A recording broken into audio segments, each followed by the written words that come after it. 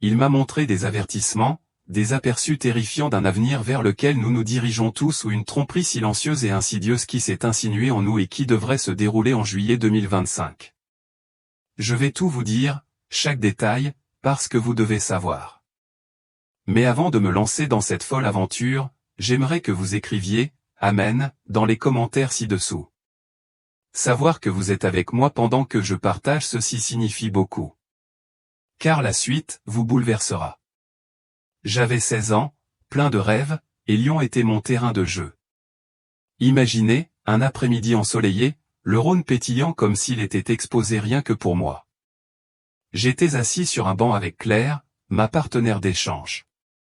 Et puis tout s'est passé si vite que je n'ai même pas eu le temps de crier. Une seconde plus tard, je traversais la rue avec Claire. L'instant d'après, plouf, tout s'est écroulé. C'était comme si quelqu'un avait appuyé sur un interrupteur et que le monde était parti en vrille. J'ai entendu un crissement terrible, comme des pneus sur le trottoir, puis un craquement, comme si l'univers avait été froissé comme du papier. Mon corps tournoyait, mais je ne savais pas si c'était moi ou le monde. Ce n'était pas vraiment de la douleur, juste un sentiment accablant de malaise, comme si on m'arrachait à ma propre peau. J'essayais de m'accrocher à quelque chose ou n'importe quoi mais mes mains ne fonctionnaient pas. Ma vision se brouillait.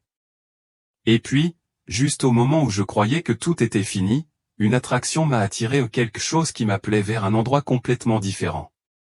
Mais avant même de m'en rendre compte, la brume s'est épaissie et je me suis perdu, dérivant vers quelque chose que je ne pouvais voir, quelque chose qui semblait vivant. Dans le silence, je l'ai ressenti, un changement, une chaleur, comme si quelque chose allait se briser et tout bouleverser. Et puis c'est arrivé. Une lumière a brillé en moi. Et je l'ai senti.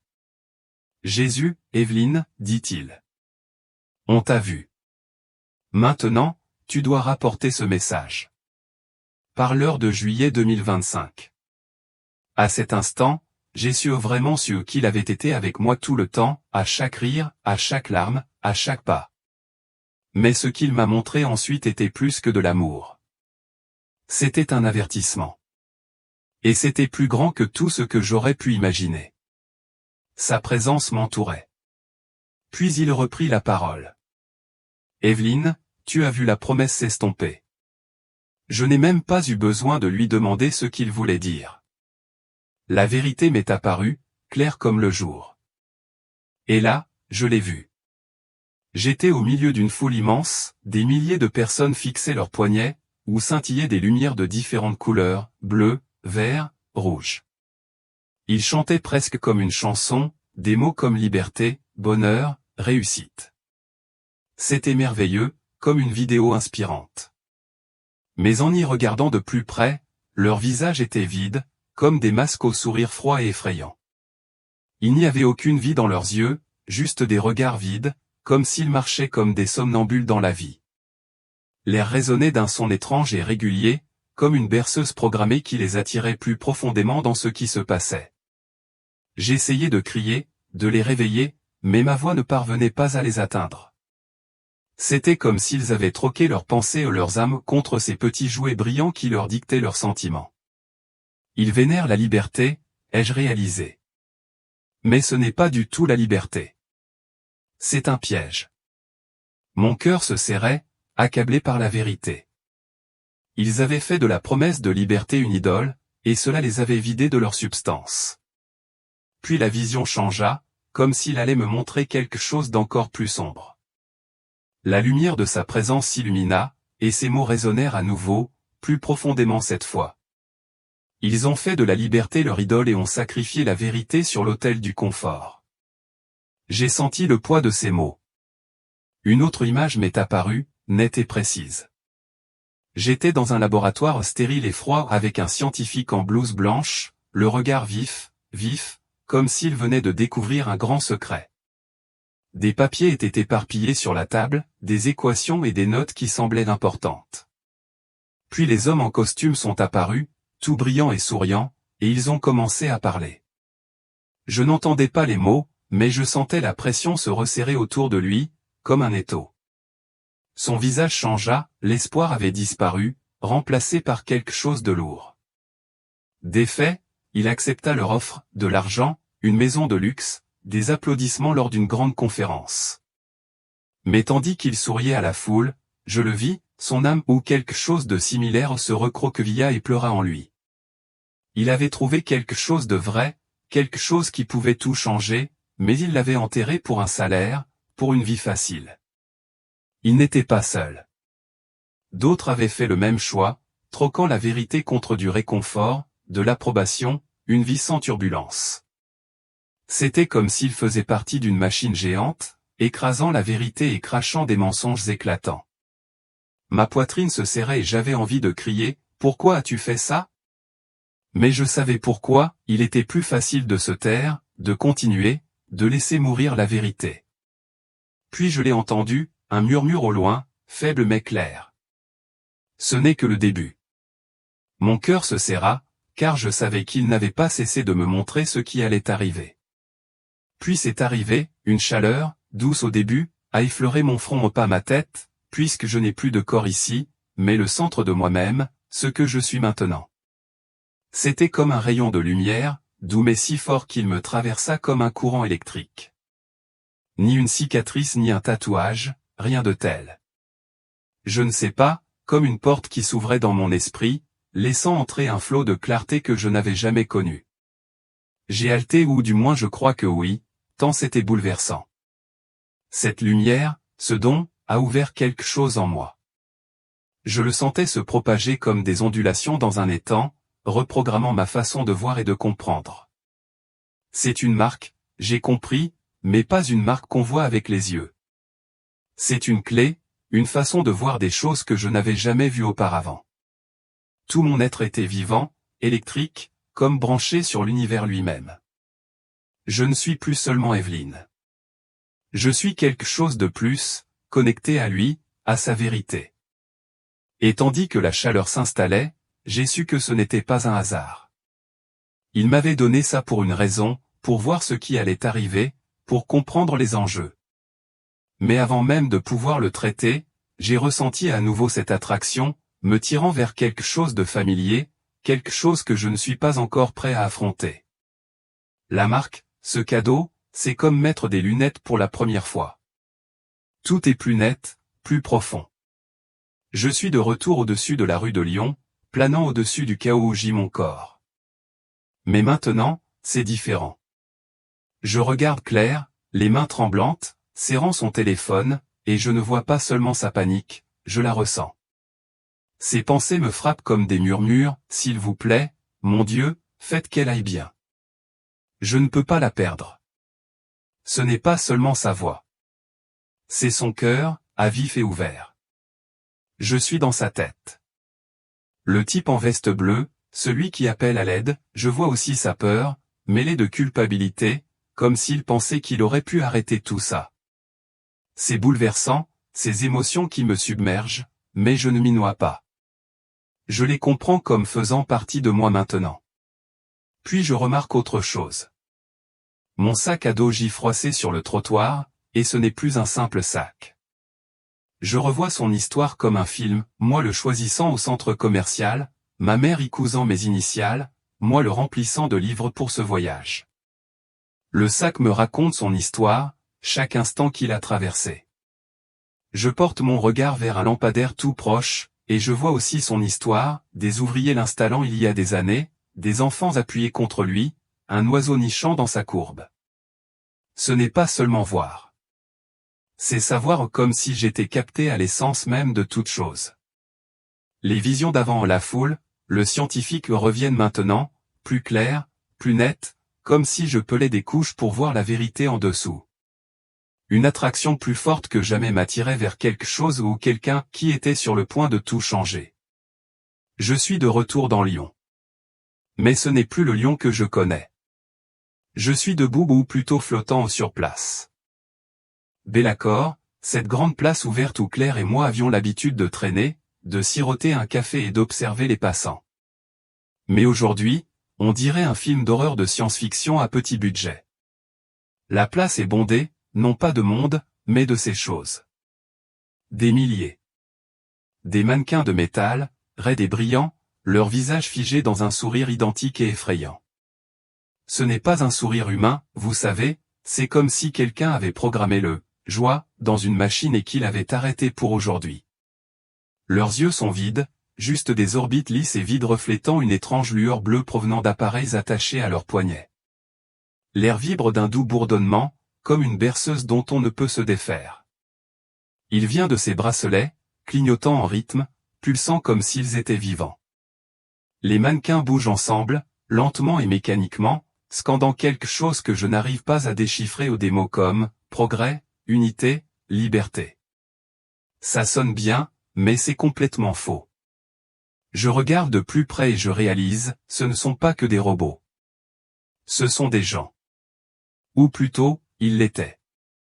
Ils ont renoncé à quelque chose d'important et ne sont plus que des coquilles vides, se balançant au rythme d'un bourdonnement hypnotique. Mon estomac se noue. J'ai envie de crier, de les secouer, de les réveiller. La place, autrefois si animée, avec ses enfants qui rient et ses couples qui se promènent, et maintenant cette scène froide et sans vie. Et je suis le seul à le voir pour ce qu'il est, une prison déguisée en fête. Puis j'entends sa voix, transperçant la brume comme une lame. Pas forte, mais si claire qu'elle me donne l'impression de réécrire mon âme.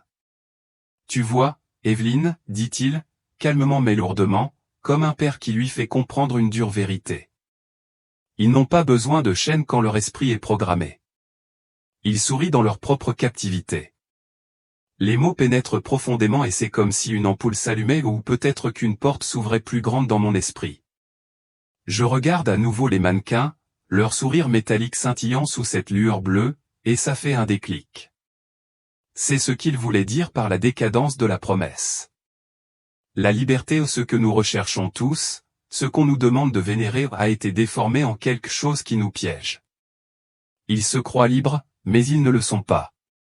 Ils sont pris au piège, bercés par des lumières clignotantes et des paroles creuses. Je ressens cette douleur, comme si mon cœur se brisait pour eux. Ils ont abandonné, je murmure ou je pense je ne sais plus trop. Tous ces discours sur la liberté, et ils l'ont simplement abandonné. Je le vois si clairement maintenant, ces gens ou quoi qu'ils soient ont choisi cela. Ils ont troqué leurs pensées, leurs questions, leur étincelle contre le réconfort de ce bourdonnement, de cette lueur. Ils ont construit leur propre cage, s'y sont enfermés, souriant, sans même savoir que c'est une cage. Ma poitrine se serre et j'ai envie de pleurer, mais il n'y a pas de larmes ici, juste cette compréhension brute et lourde. La vision change, comme s'il tirait le rideau pour me montrer quelque chose d'encore pire, quelque chose qui arrive si nous ne nous réveillons pas. Maintenant, je ne suis plus au lion. Je me tiens ou je flotte devant la tour Eiffel. Mais tout est faux. Ce n'est plus la gracieuse tour en dentelle de fer que j'ai vue en photo. Cette chose est tordue, une colonne d'acier noir en spirale, déchiquetée et artificielle, comme si quelqu'un avait pris la vraie tour et l'avait essorée comme un chiffon mouillé. À sa base se dressent d'immenses pales rouillées, semblables à des éventails, qui tournent en arrière, grinçant dans l'air avec un grincement étrange. Au sommet, là où devrait se trouver la flèche emblématique, se dresse une fleur violet noir, aux pétales arrachés, retombant comme empoisonnée. Toute la scène est pesante, comme si l'air lui-même était étouffant. Je sais que ce n'est pas la vraie tour Eiffel avec laquelle les touristes prennent des selfies. C'est un symbole, un avertissement comme si Dieu nous tendait un miroir pour nous montrer quelque chose qui se brise. Je crois que ma poitrine se serre à nouveau, voilà ce qui arrive quand on laisse les choses qu'on aime, celles qui nous définissent, se déformer. C'est comme si l'âme de toute une culture, de toute une nation, était étranglée. Sa beauté se transformait en quelque chose de sombre et sans vie. La fleur au sommet, je sais qu'elle est censée s'épanouir pour signifier quelque chose, mais elle a été coupée, laissée à l'abandon. J'aimerais tendre la main et la réparer, mais je ne suis qu'un témoin, et ce poids me serre le cœur. Puis sa voix se fait entendre, claire et stable, prête à me montrer ce que tout cela signifie. Quand les valeurs sont bouleversées, dit-il, les fleurs ne peuvent pas s'épanouir à leur saison. Ces mots m'ont frappé violemment, se gravant dans mon âme.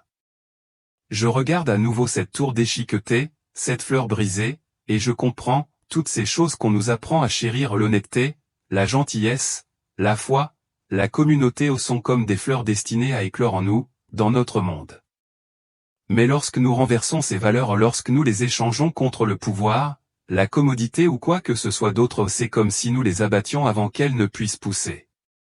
La tour, symbole de beauté et de fierté, représente tout ce que nous avons construit, tout ce en quoi nous croyons, et elle s'effondre parce que nous la laissons faire. Je pense à mes parents, à mes professeurs, à leur façon de parler, de faire ce qui est juste, d'aimer son prochain, de faire confiance à Dieu. C'était mes fleurs.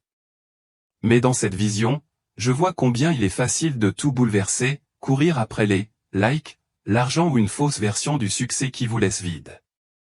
C'est douloureux comme un coup de poing dans le ventre. Voir quelque chose d'aussi beau se déformer ainsi, quand ses valeurs disparaissent, plus rien ne signifie rien. La fleur sur cette tour, ce n'est pas juste une fleur. C'est nous. C'est notre monde. Et elle meurt parce que nous avons oublié ce qui compte.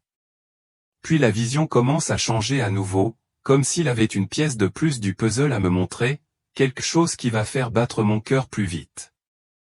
Je suis de retour près du Rann, ou du moins ce qu'il en reste. La rivière que j'aimais tant, où je mangeais de la glace avec Claire et regardais l'eau scintiller. Elle a disparu. À sa place, il n'y a plus que de la vase, un mince filet de cendre qui ressemble plus à de la suie liquide qu'à de l'eau. L'air empeste, non seulement la pollution, mais aussi une odeur plus forte, comme du plastique brûlé mélangé à quelque chose d'aigre et de mauvais. Flottant à la surface, des débris, de vieux téléphones aux écrans fissurés, des écouteurs emmêlés, le tout flottant comme des poissons morts. Ce ne sont pas que des déchets. On dirait les fantômes de la technologie, comme si la rivière s'étouffait sous les mensonges qu'on lui a fait avaler. Puis ils se mettent à briller, ces appareils cassés, leurs écrans s'allumant d'une faible lumière maladive. Les mots défilent à travers eux, tous à la fois, comme un refrain. C'est un mensonge. On t'a prévenu à maintes reprises. En synchronisation, comme le battement de cœur d'une machine devenue folle. Mon estomac se noue. J'ai envie de détourner le regard, mais je n'y arrive pas. Ce n'est pas seulement l'odeur de la décomposition. C'est l'odeur des mensonges qui s'évaporent, les demi-vérités et les fausses nouvelles que nous avons digérées sans réfléchir. Cette rivière n'est plus de l'eau.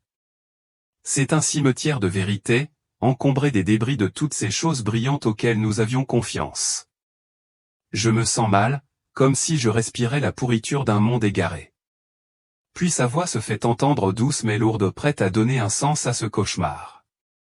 Son soupir résonne en moi, lourd de chagrin, comme s'il portait le poids du monde. Ils ont fait de l'information leur Dieu, dit-il, sa voix résonnant comme un grondement silencieux dans mon âme, mais la vérité est enterrée vivante. Ces mots me frappent comme un coup de poing. Je repense à la rivière, aux écrans lumineux qui scandent leur avertissement, et c'est si clair maintenant, nous sommes submergés d'informations, aux publications, vidéos, gros titres qui réclament notre attention, partout, tout le temps. Ça paraît si juste, si convaincant, mais la vérité suffoque sous la surface. Je pense à la facilité avec laquelle on croit quelque chose parce que c'est tendance, parce que c'est bruyant, parce que tout le monde acquiesce. C'est comme un incendie de forêt. ChatGPT a dit. La nouvelle se propage si vite qu'on ne prend même pas le temps de vérifier si elle est bien réelle. Je ressens un pincement au cœur, une profonde tristesse, car non seulement nous perdons la vérité, mais nous choisissons de l'ignorer. Nous sommes trop fatigués, trop distraits pour la chercher. Ces écrans dans la rivière sont comme un miroir qui nous montre ce que nous sommes devenus, un monde qui adore la prochaine notification plutôt que la réalité. J'ai envie de secouer les gens, de crier « Réveillez-vous ». Mais je sais que ce n'est pas si simple. Et puis je me demande, vous êtes-vous déjà senti aussi dépassé par tout ce bruit, ces histoires, ces faits qui ne collent pas? Laissez un commentaire ci-dessous. Racontez-moi une fois où vous vous êtes senti enseveli sous tous ces mensonges. Je parie que nous ne sommes pas seuls dans ce cas. Mais soudain, la vision change à nouveau, comme s'il avait une vérité de plus à graver dans mon cœur. Je suis dans une grande salle, toute de marbre poli et de lumière dorée, mais ça me semble étrange. Pourtant, Il y a un homme devant, et je sais que c'est lui, Emmanuel Mon, le président français. Il est debout à une tribune, d'une voix douce et assurée, promettant une nouvelle ère de progrès, d'unité, peu importe. Ces mots sonnent si bien, comme quelque chose qu'on applaudirait lors d'un rassemblement, mais j'en ai la chair de poule. Dans sa main, il tient un document intitulé « Accord Nouvelle Ère », estampillé d'une fleur noire les pétales arrachés, comme celle que j'ai vue sur cette tour Eiffel tordue. Ce n'est pas qu'un simple papier, on dirait un contrat lourd de quelque chose de sombre. La foule devant lui n'est pas réelle. Ce sont des avatars, des projections 3D, tous applaudissant en parfaite synchronisation. Leurs visages s'illuminent de faux sourires, comme ces mannequins effrayants dans les vitrines. Personne n'est vraiment là, au pas de battement de cœur, pas d'âme, juste des échos numériques qui acclament Q. C'est l'avenir, dit-il. Ils applaudissent plus fort, mais c'est si froid, comme un spectacle sans vie. J'aimerais demander pourquoi personne ne remet cela en question, mais je ne suis qu'un témoin, ma voix figée dans cet étrange espace silencieux. Tout est si faux, si poli, comme un spectacle destiné à cacher quelque chose de laid. La fleur sur ce document est un avertissement, ce qu'il promet n'est pas ce qu'il paraît. Puis je l'entends, sa voix perçant les applaudissements creux, ferme et perçante comme un phare perçant le brouillard. Je ne mène pas, dit-il. J'ouvre la voie à l'esclavage. Les mots s'installent en moi, lourds et clairs. Je repense à Macron, toujours souriant, brandissant toujours ce document comme s'il était la solution à tout, mais maintenant je le vois tel qu'il est. Il ne guide personne vers la liberté, il construit une route vers une cage ou une route pavée de promesses qui semblent si douces mais qui mènent vers des ténèbres. Ce ne sont pas des chaînes ou des barreaux comme dans les vieux films de prison. C'est pire, des accords, des pactes, des belles paroles qui vous enferment jusqu'à ce que vous ne vous rendiez même plus compte que vous êtes pris au piège. Je comprends maintenant, et ça me fait mal au cœur.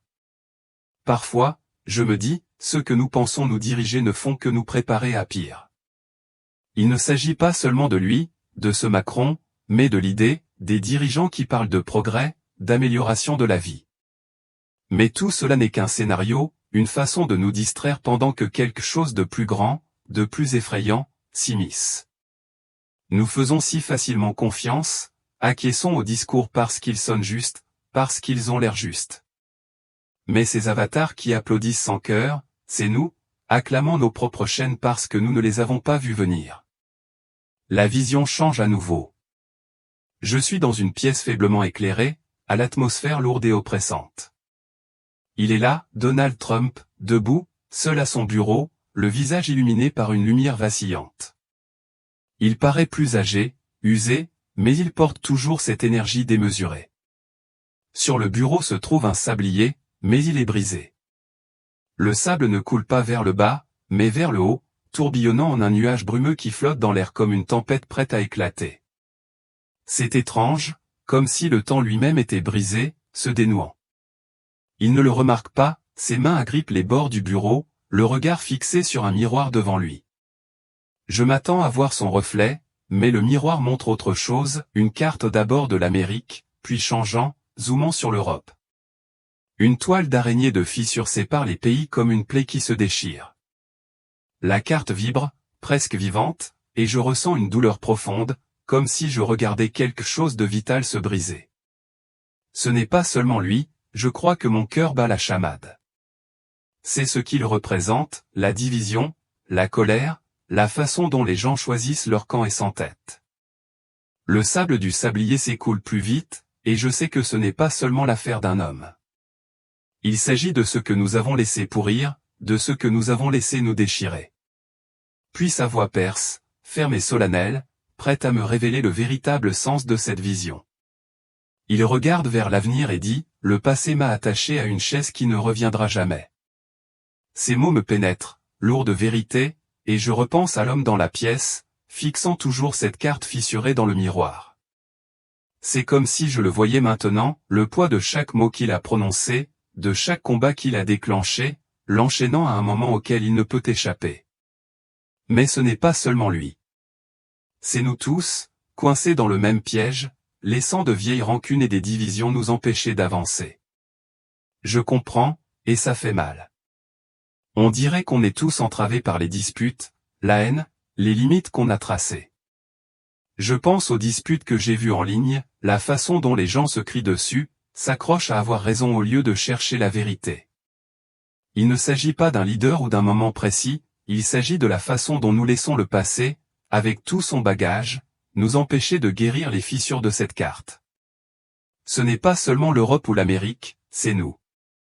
Nos familles, nos églises se sont séparées parce que nous ne pouvons pas lâcher prise. Mon cœur se serre et j'ai envie de pleurer pour nous tous, pour la façon dont nous avons laissé la division gagner. Cette vision m'entraîne vers un autre monde, une rue sombre et bondée, comme si elle était partout et nulle part. Une silhouette ni homme ni femme, juste quelque chose enveloppé d'ombre se faufile dans la foule. Elle tient de petites boîtes rouillées, comme de vieux écrins à bijoux, et les distribue aux gens comme des bonbons. Les gens n'hésitent pas. Ils tendent la main vers les boîtes, le visage impatient, attendant un cadeau. Mais à la seconde où leurs doigts touchent le métal, leurs yeux se vident, comme si quelqu'un avait appuyé sur un interrupteur. Je vois une femme, peut-être une mère, le visage doux et chaleureux un instant, puis vide. Elle baisse les yeux vers une photo qu'elle tient à la main à ses enfants, je crois, et c'est comme si elle ne les connaissait plus. Qui sont-ils, marmonne-t-elle, confuse, comme si leur nom avait disparu. C'est ça qui me fait le plus peur. Cette chose personne ou force continue de distribuer ces petites boîtes cassées, et tous ceux qui les touchent oublient.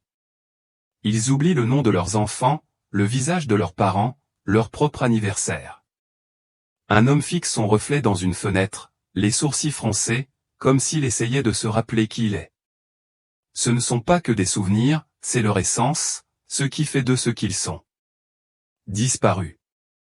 Mon cœur bat la chamade et j'ai envie de crier pour l'arrêter, mais je regarde, impuissante. L'air est lourd, comme chargé de pertes. Et je sais que ce n'est pas un hasard, c'est intentionnel, comme si quelqu'un nous volait ce qui fait notre humanité. Puis sa voix perce, prête à me montrer pourquoi tout cela arrive. Sa voix est douce mais aiguë, un murmure qui perce le brouillard, ils n'ont pas besoin de changer la réalité, juste de faire oublier qu'elle a existé. Ces mots me submergent comme une vague, et je repense à la foule, au visage vide, serrant leur caisse rouillée. C'est si clair maintenant, et c'est terrifiant. Le moyen le plus simple de nous contrôler n'est pas de réécrire le monde, mais de nous faire oublier ce qui compte, l'amour que nous portons à nos familles, nos valeurs, la vérité qui nous maintient enracinés. Oublier qui nous sommes. Je ressens cette douleur au plus profond de mon âme, car je vois à quel point c'est simple. Pas d'armes, pas de chaînes, il suffit de nous enlever nos souvenirs, notre identité, et nous sommes perdus. C'est comme s'il nous effaçait de l'intérieur. Je murmure, la poitrine serrée, je pense au rire de ma mère, au sourire niais de mon frère, à la façon dont mon père fredonne quand il cuisine. Et si je les oubliais? Et si je m'oubliais? Cette pensée me fait battre le cœur, car c'est ce qui se passe ici. Ces boîtes ne sont pas que des objets, c'est une ruse, un moyen de nous dépouiller sans même que nous nous défendions. Nous sommes tellement occupés à courir après la prochaine chose brillante que nous ne remarquons pas ce que nous perdons. Et le pire, c'est que nous le choisissons, que nous nous emparons de ces boîtes. Cette vision m'attire vers un lieu qui devrait me sembler sacré, mais qui est complètement faux. Je me tiens devant une église, pas n'importe laquelle, mais une église qui me semble être le cœur même de la foi, avec ses flèches imposantes et ses vitraux qui autrefois brillaient d'espoir. Mais maintenant, elle est brisée, fendue en deux, comme si une main géante l'avait déchirée. Les dômes se sont effondrés, des décombres jonchent le sol. Au sommet des décombres gisent des centaines de livres aux couvertures dorées étincelantes, comme des bibles. Mais en m'approchant, je constate qu'ils sont faux, vides à l'intérieur, juste des coquilles creuses déguisées en saintes. Ce spectacle me noue l'estomac, comme si je regardais quelque chose de précieux se briser. Cette église n'est pas que des briques et du mortier, c'est un symbole, la foi, l'espoir, tout ce à quoi on s'accroche quand la vie devient pesante. Mais maintenant, elle est brisée. Ces fausses Bibles, toutes brillantes et dorées, sont le poids qui l'a brisée. Quelqu'un utilise la parole de Dieu pour écraser la vérité. Je murmure, le cœur serré. Ce n'est pas seulement le bâtiment qui est en cause, c'est ce qu'il représente, déformé et utilisé pour tromper les gens. L'air est lourd, comme en deuil, et j'ai envie de hurler pour repousser ces livres vides et réparer ce qui est brisé. Mais je suis juste là, à regarder, à ressentir la perte de quelque chose de si sacré. Puis sa voix retentit, douce mais ferme, prête à me révéler la véritable signification de cette destruction. Sa voix me traverse, douce mais ferme, comme une main qui m'éloigne du bord du gouffre, la religion ne sauve pas, seule la vie en moi le fait. Ces mots me touchent profondément, et je contemple à nouveau l'église en ruine, ces bibles creuses qui scintillent au milieu des décombres. C'est comme si une lumière s'allumait dans mon âme. Je comprends maintenant, Dieu ne veut pas que nous nous contentions d'aller à l'église, de lire la Bible comme une liste de contrôle ou de porter la foi comme un badge, il veut que nous vivions avec lui, que nous laissions son amour et sa vérité nous envahir. Ces fausses Bibles, c'est ce qui arrive quand on transforme la foi en spectacle, quand on l'utilise pour contrôler ou impressionner au lieu de se connecter à Dieu.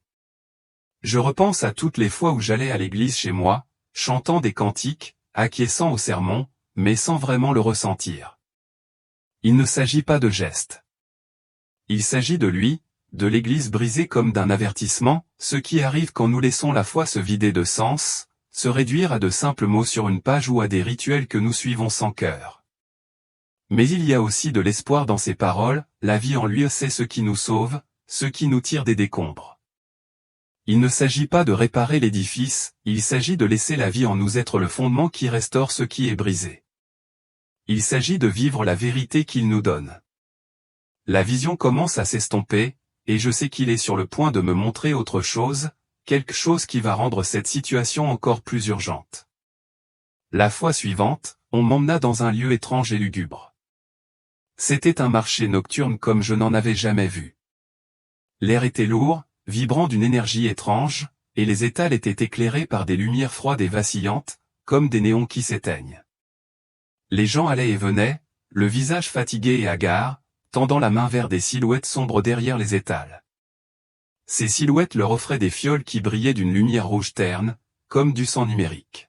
« Échange ta douleur, murmurèrent-ils, contre la paix. » J'ai vu un homme, peut-être d'une trentaine d'années, s'approcher. Son expression lourde portait le souvenir de toute une vie de souffrance. Il se piqua le doigt, déposa une goutte de sang dans un appareil, et celui-ci bourdonna. Son visage s'adoucit, mais il semblait étrange comme s'il avait été engourdi, pas guéri. Sur ce marché, on vendait l'oubli. On prenait votre douleur, vos regrets, vos pertes.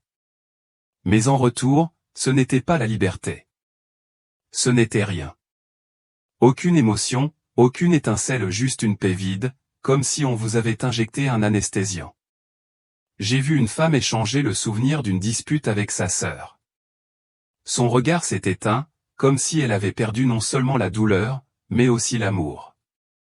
Mon cœur battait fort et j'avais envie de crier, « Arrêtez! Vous renoncez trop !» Mais il continuait, échangeant la douleur contre cette fausse paix qui n'était en réalité que du vide. C'était comme signer un contrat avec leur propre âme, et ce prix était tout ce qui les rendait humains. Puis sa voix résonna, lourde de tristesse, prête à me révéler la vérité derrière ce terrible compromis. La paix qu'ils choisissent, dit-il, est une paralysie spirituelle. Ces mots me pénétrèrent profondément. Je regardais le marché, les gens qui marchaient, le regard vide, serrant des fioles brûlantes. J'éprouvais un pincement au cœur. Ce n'était pas la paix, pas celle qui guérit ou libère. C'était une ruse, une paralysie qui vous éloigne de toute réalité. Ce n'était ni le pardon, ni la guérison. C'était comme endormir son âme pour ne pas avoir à se regarder en face ni face à Dieu. J'ai ressenti une douleur profonde, comme si je les pleurais. Pour nous, ce n'est pas la vraie paix. J'ai murmuré, la poitrine serrée, que nous voulions tous fuir la douleur les nuits où j'ai pleuré à cause d'une dispute avec ma mère, ou la culpabilité que j'ai ressentie de t'avoir laissé tomber. Mais ça, c'est fuir, pas avancer. Ces pilules, ces accords, ils nous volent la chance de grandir, d'aimer, d'être humain. C'est comme choisir de vivre dans le brouillard parce que c'est plus facile que d'affronter la vérité. Maintenant, Je comprends que la véritable paix vient de la souffrance vécue avec Dieu, et non de sa disparition. Ces gens ne sont pas libres. Ils sont bloqués, paralysés, et ils ne le savent même pas. Le marché a commencé à faiblir, et je me suis préparé, car je savais qu'il allait me montrer quelque chose de plus urgent. La vision changea et je me retrouvai debout dans ce qui ressemblait à une cour d'école déserte, mais c'était complètement faux. L'air était stérile, comme dans un hôpital sans chaleur. Il y avait des enfants partout, peut-être des centaines, mais ils ne jouaient ni ne riaient. Ils se tenaient en rang raide, le visage impassible comme des mannequins. Chacun avait une puce sur le front, qui brillait faiblement d'une lumière froide et clignotante. Ils scandaient d'une voix monocorde et étrange, « Nous appartenons au code, nous appartenons au code », encore et encore, comme des machines bloquées en boucle. Pas de nom, pas de parents, pas d'étincelles dans leurs yeux, juste de minuscules lumières sans vie pulsant en synchronisation. Ça me brisait le cœur. Ces enfants devraient courir partout, se disputer pour savoir qui aura le coup, pas ça. J'ai vu une fille, peut-être 8 ans, les cheveux tressés en une tresse désordonnée, et j'ai voulu l'appeler, lui demander son nom, mais je savais qu'elle n'en avait plus. La puce l'avait pris, remplacé par un numéro, un code. Le chant m'a transpercé comme un couteau, leurs âmes avaient disparu, vidées. Ce n'étaient que des enfants. J'ai murmuré, la voix tremblante, c'est comme si le monde leur avait volé leur avenir, les avait transformés en quelque chose de mécanique, quelque chose qui ne sait même pas ce qu'il a perdu. J'avais envie de crier, de les réveiller. Mais sa voix retentit, lourde de chagrin, prête à me montrer qu'il y avait plus que du désespoir. Elle me transperça doucement, douloureusement, comme s'ils pleuraient avec moi. Ils n'ont jamais entendu leur vrai nom, dit-il. Ces mots m'enveloppèrent, lourds mais chaleureux. J'ai regardé à nouveau ces enfants, leurs puces clignotant dans la pénombre, et j'ai compris ce qu'ils voulaient dire. Le monde essaie de les effacer, de leur ôter leur identité, leur valeur. Mais lui les voit.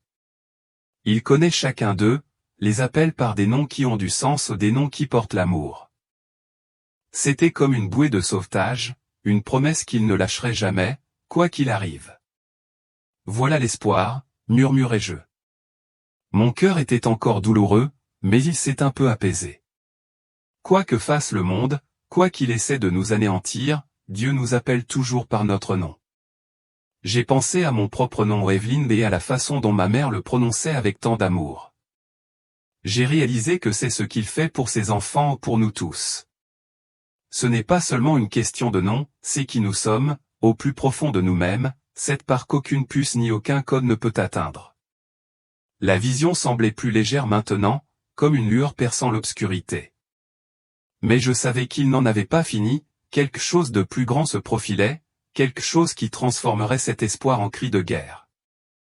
La vision changea à nouveau, et je me retrouvai devant quelque chose d'immense. C'était un mur, mais ni de pierre ni de briques, il était numérique, vivant une cascade de codes vertigineuse.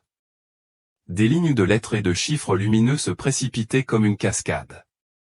J'avais l'impression de contempler les entrailles d'un ordinateur géant.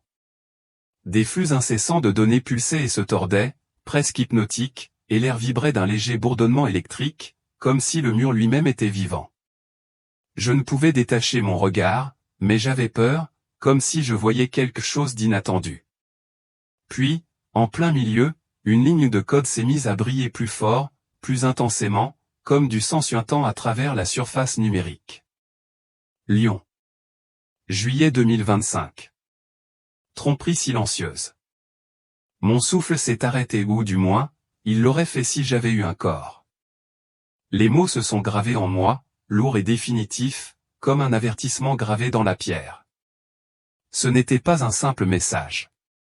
C'était une prophétie, un signe avant-coureur de quelque chose d'important. Le mur continuait de trembler, mais cette ligne restait figée, me criant d'être attentive. Ce n'était pas qu'un code. C'était un signal, un cri venu du futur, lié à la ville où je me trouvais quand tout a basculé. Mon cœur battait fort, et je savais que sa voix allait venir m'éclairer. Mais ce n'était pas immédiat, le poids de ce message, Lyon. Juillet 2025. Une tromperie silencieuse pesait lourdement sur mon âme. Je n'avais pas besoin qu'il me l'explique.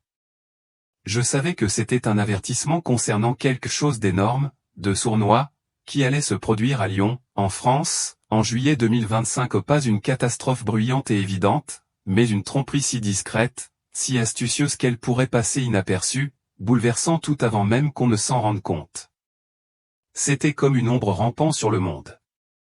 J'ai ressenti une urgence, le besoin de le crier sur tous les toits. Mais je n'étais qu'une fille, prisonnière de cette vision, et tout ce que je pouvais faire, c'était porter cette vérité. J'ai pensé à toi, là-bas, à regarder ça. Où es-tu en ce moment? Dans un café à Chicago, dans une chambre au Texas, ou peut-être quelque part de l'autre côté de l'océan? Quelle heure est-il chez toi? Je me demandais si cet avertissement, ce message, te parviendrait à temps. Seras-tu prêt, quand juillet 2025 arrivera? Je ne dis pas que j'ai toutes les réponses, mais je sais que c'est important cette tromperie silencieuse. Il ne s'agit pas que de Lyon. Il s'agit de nous tous, du monde que nous construisons. Laisse un commentaire. Dis-moi d'où tu regardes, quelle heure il est. Peut-être sommes-nous tous connectés, porteurs de cette vérité ensemble. Le mur de code commençait à s'estomper, mais je le ressentais encore. Il avait encore une chose à me montrer ou quelque chose qui rendrait cet avertissement impossible à ignorer. Sa présence était toujours tout autour de moi, cette lumière chaude et rayonnante qui maintenait chaque parcelle de moi ensemble. Je tremblais sous le poids des visions, l'église détruite, le mur codé, les mots, Lyon. Juillet 2025. Une tromperie silencieuse brûlait dans mon esprit. Puis je l'ai senti se rapprocher non pas d'une manière visible, mais comme s'il était là, emplissant mon intérieur. Une chaleur m'a effleuré l'épaule, comme une main posée là, douce mais ferme. C'était lui.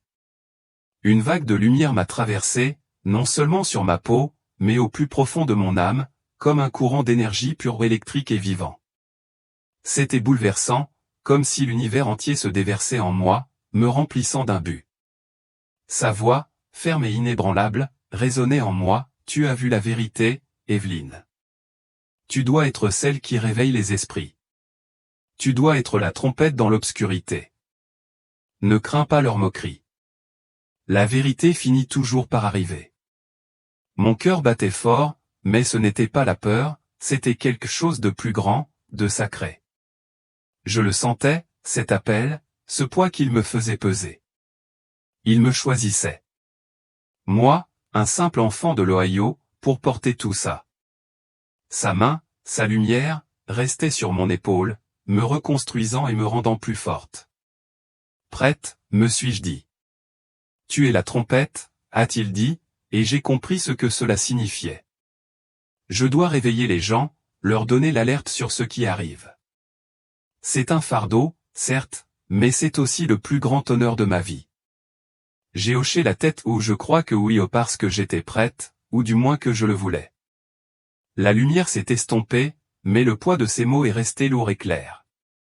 Puis je l'ai senti, comme une corde qui me tirait vers quelque chose de familier, mon corps étendu dans cette rue de Lyon. Je savais qu'on m'y ramenait. Mon cœur s'est serré au non plus de peur, mais d'une étrange et farouche détermination. Je pleurais pas des larmes, pas ici, mais quelque chose de plus profond, comme les pleurs de mon âme, déterminée. Ce n'est pas un rêve, me suis-je murmuré. Ce n'est pas une hallucination. C'est réel. Les visions, les avertissements, sa voix, c'était une mission. Et j'étais celle qui avait été choisie pour la porter.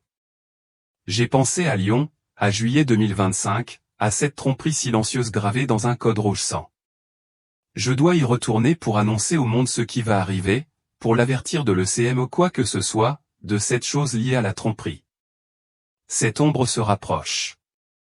Je revois des éclairs de ma vie, le sourire de ma mère, le rire de mes frères, la voix de Claire qui m'appelle. Et je sais que je ne reviens pas seulement pour moi. Je reviens pour eux, pour tout le monde. Je dois leur dire, dis-je d'une voix ferme, même dans cet endroit sans corps. Ils doivent savoir. L'attraction se fait plus forte, et je me sens glisser, tomber, comme si on me renvoyait à l'intérieur de ma peau. Ce n'est pas fini. Ce n'est que le début. Et tandis que le monde commence à s'aiguiser autour de moi, une chose est sûre, je ne suis plus la même Evelyne.